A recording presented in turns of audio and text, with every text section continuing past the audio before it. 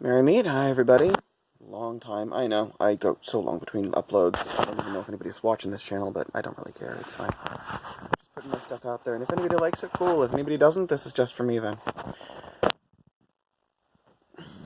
I had something on my mind. It's kind of a taboo-ish topic. At least for traditional witches. Or traditional Wiccans, specifically. The term traditional witch is so useless, I'm sorry. It's just so nondescriptive. Anyway. I remember a craze, a ridiculous craze, when I was coming into the craft, and it had a lot to do with... And this was long before I was a traditional Wiccan. Of, oh my god, the Gardnerian Book of Shadows is online, and you can download it, and so on and so forth, and... Anyway, that was much of the atmosphere that I'd grown up in. I was also coming into my craft shortly after the Teen Witch kit. Silver Ravenwolf's Teen Witch kit hit the shelves. It tells you... Oh, I apologize for the wiggliness. I'm doing this on my phone, on my knee. So, the Teen Witch kit. That's a blast from the past. Anyway, Silver Ravenwolf, my god. And the craze... pardon the head wrap, it's cold in here. And the craze of wanting to get this super exclusive Book of Shadows, I think, had a lot to do with the witch's nature. Of that nature of transgression, and of, if somebody tells me I can't have it, I want to have it because they've told me I can't have it. I know what that felt. I know what that feels like. I used to think that way. I more recently went to, like, sacred, like, some of the places that you can see it online. There are still places you can see what people purported to be the Gardnerian Book of Shadows in the 90s and in the early 2000s, where you can see it online. And I was reading through it. And I'm not going to say whether or not it's the whole thing, or parts of it, or nothing at all from the Gardnerian Book of Shadows, because you know what? Why would I? Leave the mystique. But I will say this. A traditional Book of Shadows is meant to be a working manual for a traditional coven. A group of witches. If you've ever read through what they purport is the Gardnerian Book of Shadows, downloadable online, blah, blah, blah, and you've read through it, and you can actually believe that that is anything resembling a coven's working book in any state, then I think you vastly underestimate what covens are and what they do, and the level and depth of practice you can get into with multiple witches. The level and depth of practice you kind of need to get into with multiple witches that can attain anything that you can't just get on your own practicing it alone. It's stupid. I'm sorry. I was reading through it going, this is what they think we do? This is it? This is everything? Really? And then I keep thinking, moreover, why would you want a Coven's Book of Shadows? Especially if you're a solitary practitioner. Why? Why would you want this? Why would you want this thing? I kind of compare it to being like to building custom motorcycles on your own and being an amateur and going to like a season like custom ride builder specific to motorcycles. And hearing there's this group of people who build custom rides. They don't ever use the word specifically, but like, oh my god, I could get so much cool knowledge of how to do cool things that I couldn't do before. You know, with their knowledge, you know, it's cool. Yes, I guess that makes sense. And then, by some miracle, you finally get your hands on what they actually have, what they use, this awesome thing, and then you look through it and go, A, they're using methods that wouldn't work for you. They're using, like, parts that wouldn't work for you, because those parts take 3 or 4 people to install and, like, multiple people to maintain. And they're not building motorcycles. And on top of that, they're not building motorcycles. They're building a van. It's just, what? How is this useful? I would, if that were me in that scenario, I'd be like, did I waste all my time getting this for, like, to find out they don't even do what I do? Like, nothing resembling what I do? What a witch does on their own is doable by a witch on their own, and it is geared so that an individual can reach what levels of altered state and magical prowess and spiritual power and feeling that they need to reach on their own. Any coven's working book, whether it's traditional or an eclectic coven or kind of like home mix or brew or whatever. Are you kidding me with this? I mean, that is always built for the people and the number of people. It's it's built for the number of people in that group. However many that is, it's geared for that number of people to function together and to do those exercises as a group. So one person doing all of that is going to be extremely cumbersome and terribly ineffective. And two, if it's a traditions book, it's always going to have stuff that is specific to that tradition interlaced throughout it. So if you're not familiar with that tradition, it's not going to mean a damn thing to you. And if and it's also specific to the group running it a lot of times. I mean, some of my experience and much of my guess is that a lot of what a coven does is started from traditional material and then customized to the individuals who were there, and kind of like, I wouldn't say substituted or subtracted or really changed, but customized and kind of massaged into the time and place we're doing it, and that we need it to be that at that moment. So A, not everything's going to be in the book, no matter how good the book is, and B, what is in that book is geared for like 3, 4, 5, 10, 13 people to run. Which means it often requires 3, 4, 5, 10, 13 people. And really only benefits and works when you have a group of 3, 5, 10, 13 people. So if you have a practice of your own, cool. Look for other solitary stuff. Trust me, there's nothing for you in any coven's book. If you're a tried coven and you're looking for someone else's book to juice up your stuff, you need help. Like, seriously, if you can't come up with stuff on your own in this day and age, with all of the books that are floating out there on how to do things by yourself and how to adapt it to a group and how to... Really? I don't get it. I don't get the need to have someone else's book. I can kind of see if you're practicing with someone on and off, and you're a solitary, and they're a solitary, and you do a lot of the same things, and you trust each other to that degree, where you're willing to share stuff. I get that. I really don't get trying to find out what this group is doing. Even if they have a lineage and they have all this stuff, could you even use this stuff? It's geared for multiple people. It's designed to be done by multiple people. One person could do a cone of power, I guess, imitating a lot of the traditional circle dances you see at a lot of open coven events.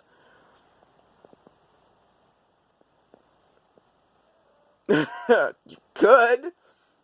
You'd have to do it for a lot longer. Those are designed so that you can get stuff built up in a series of minutes by multiple people, really, and even better, by a group of people who are used to working with each other, so their energies sync up. And they have that harmonious energy between each other, and they're used to focusing through each other's abilities and through each other's power and in their own power and contributing to this larger whole that they're all familiar with. I don't. I just realized there are stains on this wall. I would paint, but it's not my house. Yeah. Ay. I don't get it. I don't understand. And then I see, on the flip side of that, on the opposite end of that, I see a lot of young people posting what their Book of Shadows looks like online, because I kind of get that. They're young or new, and they're enthusiastic, and they're looking to share, and they're looking to connect with others, and they're looking to share that awesome experience of, oh my god, I love this, I think you'll love it too. That's nice. I think if you had any knowledge you really valued in there, you wouldn't be sharing it. Just, that's my thought. That's my thought on the matter. If you had any knowledge in there that you valued greatly, you wouldn't be sharing it so easily. You wouldn't be putting it out there for someone else to take advantage of. And some young witches I hear, some young witches and some more open witches, I say, why not share knowledge? And I say, well, I worked hella hard. I work really frickin' hard to build up the body of knowledge I have. Why would I then give it away for free? That seems like an extremely charitable act to a bunch of people who are going to be exceedingly ungrateful and pick through it and not appreciate the level of work and like customization and cultivation of my craft that I've put into this. Why would I share it with literally everyone? At that point, I kind of want to look at the Bible and go, okay, how do you think the writers of the Bible, if they knew what, like, the level of derivative that the Bible has become, and how many analogs and extras and blah-de-blahs have been added on and changed and moved and shifted. Look through translations of the Bible. That is not the same book. It's not the same book as the writer intended, anywhere near. It's not even close to the original Latin or Aramaic or any of that. It's dumb. Holy crap, it's dumb. But there is... I admire the youthful enthusiasm in that. I admire the openness and the willingness to share with others in that. I admire it. I can't condone it, per se. That seems really reckless and kind of stupid. And I'll tell you why. And this isn't saying I would, but if I look through your Book of Shadows, and I see stuff you do, stuff you've written, I could use that against you. I'm not saying I would. I'm saying any witch their salt could use that against you. Any witch worth their salt could see what you have in your Book of Shadows, summarize and estimate how magically adept you are, see how you work, how you do your protections, what you do, and turn that against you if they wanted to. There's still I mean, even in this open age, there's still a level of danger in witchcraft. Which kind of brings me back to now I thought I kind of missed with the Coven stuff. The Coven books and such, and the lineaged books. Again, let's say you got a hold on to something, and you finally did adapt some stuff. And something goes wrong in the middle of the ritual that you've adapted. Because there was stuff that the group does in that ritual that you didn't, because you couldn't do it as one person. And you don't know how to fix it. Because that's not your book. And you don't understand it the way they do.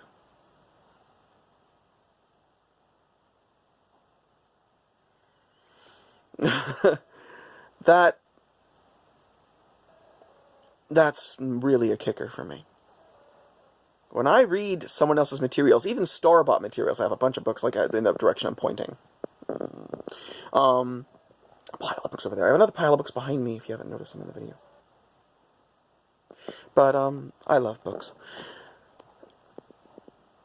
But if you find yourself in that situation and you're suddenly facing something that you don't know how to deal with because you didn't really understand the ritual, and you didn't realize you didn't understand the ritual that you were doing until you finished, what are you going to do?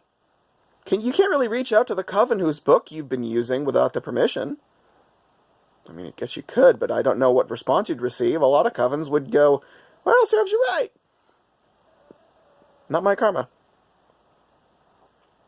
Some particularly vindictive covens might go, you have what you think is our book. You went after our sacred text, our private material. It's kind of like going after an individual's Book of Shadows. We take it equally personally. And it is really, really offensive. And you'll really piss some witches off if they find out you have even if you don't actually have their actual Traditions Book of Shadows, if you've attempted to get their Traditions Book of Shadows, a lot of covens won't feel very welcoming about that. Actually, shifting the camera. Shifting my hand. A lot of covens won't feel very welcoming about that, and they won't feel very kindly about that. One of the first things my high priestess taught me was don't call up what you can't put back down. Flat out. Don't summon up or call up or conjure up anything or anybody that you can't send back or put back down or ground away or banish or break or deal with. Be sure. Be sure before you cast your circle. Be sure before you clean up the space to cast your circle in. Be sure before you even start physically cleaning the space to cast your circle in. One of the few lines from the craft that I think is very accurate. Someone said, one person asked another, how do you undo a love spell? And it's the owner of a shop she's addressing, someone experienced in their craft. And this practitioner goes, how do you reverse a spell? When you open a floodgate, how do you undo it? You unleash something. There's no undoing. It must run its course. Well, if you fucked yourself and it has to run its course because you don't know how to undo that, it's like, okay, you can't really break or reverse a spell per se, at least not in my experience. You can divert it, you can give it a new target, you can't easily undo it. It's kind of like breaking a stick in half. Once you've done it, it's done, and it's two sticks now. And you can't make them one stick again. You can glue them back together, and then they're two sticks glued together, but they're not the same as the stick was.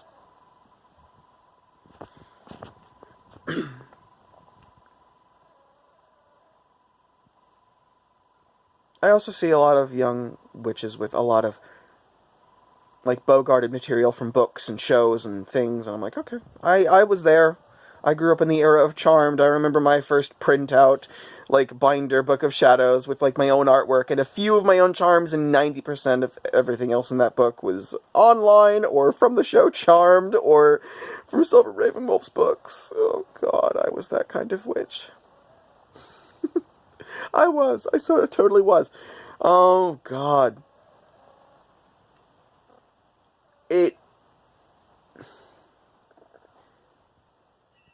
Over time, that's the phone, just excuse it. It dawned on me, at a certain point, you really need